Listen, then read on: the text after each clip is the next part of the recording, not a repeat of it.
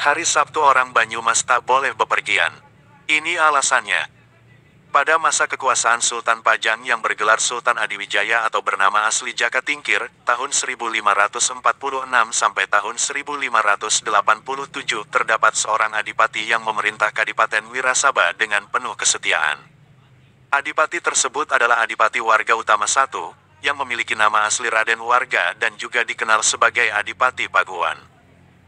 Beliau adalah keturunan bangsawan Majapahit yang memerintah Wirasaba sekitar tahun 1568 sampai tahun 1682. Wilayahnya meliputi Banyumas, Purbalingga, Banjarnegara, dan Cilacap. Pada suatu ketika, Sultan Adiwijaya memerintahkan kepada seluruh adipati di wilayah kekuasaannya untuk menyerahkan seorang putri untuk dijadikan pelara-lara sebagai selir atau penari kerajaan.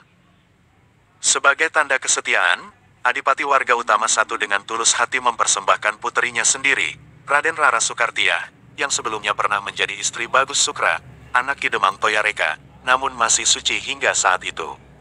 Pada hari Sabtu Pahing, mereka berangkat ke Kerajaan Pajang.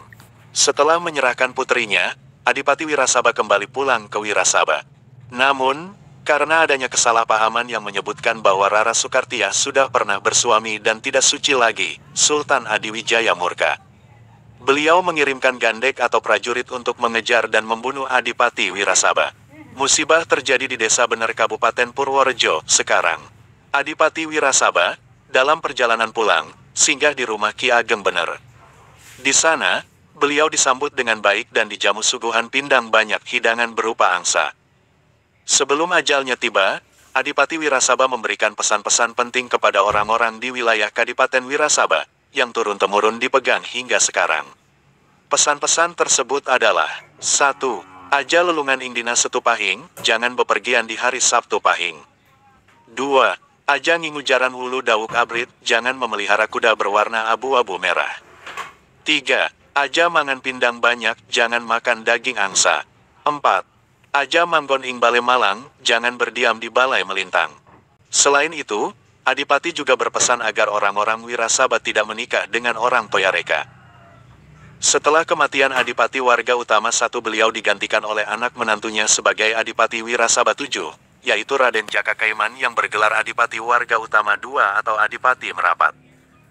Karena kemurahan hatinya, Adipati Warga Utama II membagi wilayahnya menjadi 4 bagian dan dibagi dengan seluruh saudara iparnya, anak-anak Adipati Warga Utama I.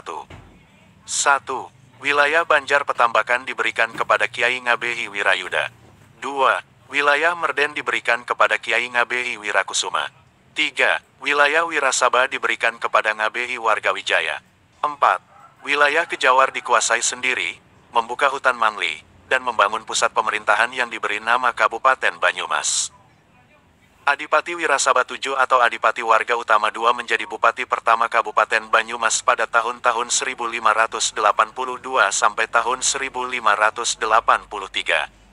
Setelah meninggal, beliau dimakamkan di Desa Dawuhan, Kabupaten Banyumas.